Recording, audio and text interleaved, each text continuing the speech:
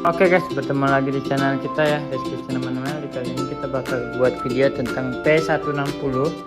Jadi ini kilometernya udah jalan 30.000, hampir mau 31.000. Cuman udah 5.000 nggak pernah dicek radiatornya bagaimana.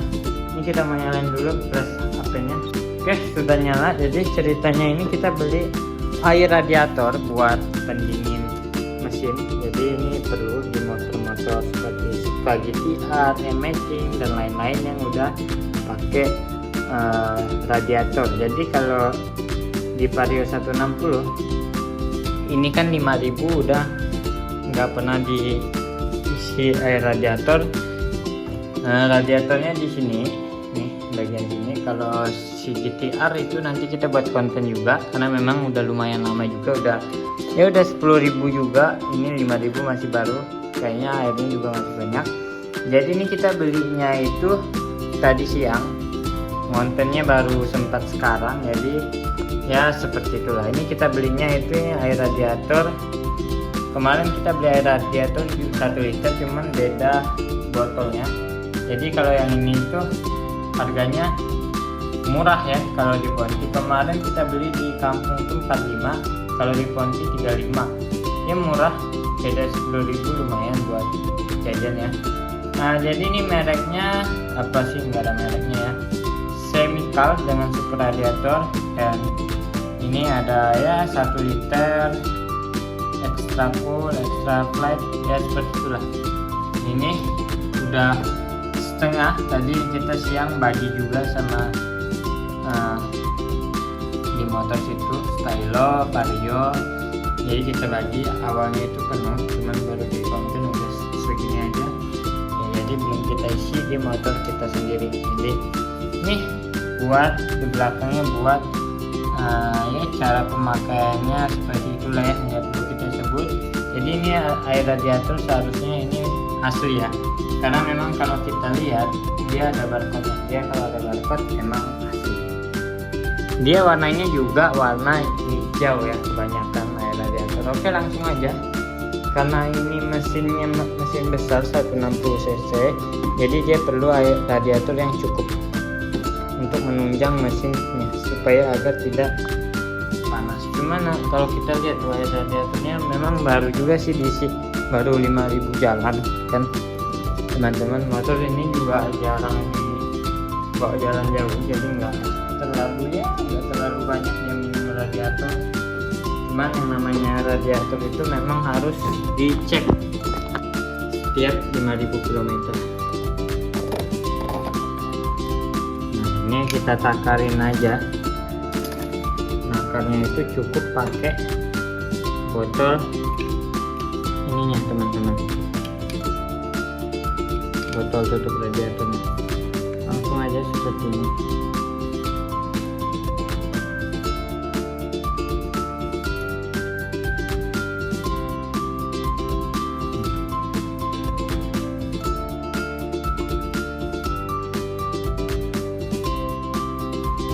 Kayaknya 2 botol ini udah lah, dia nggak terlalu banyak ya, karena memang masih banyak. Kayaknya udah diisi 2 botol udah penuh. Jadi cukup lah, cukup.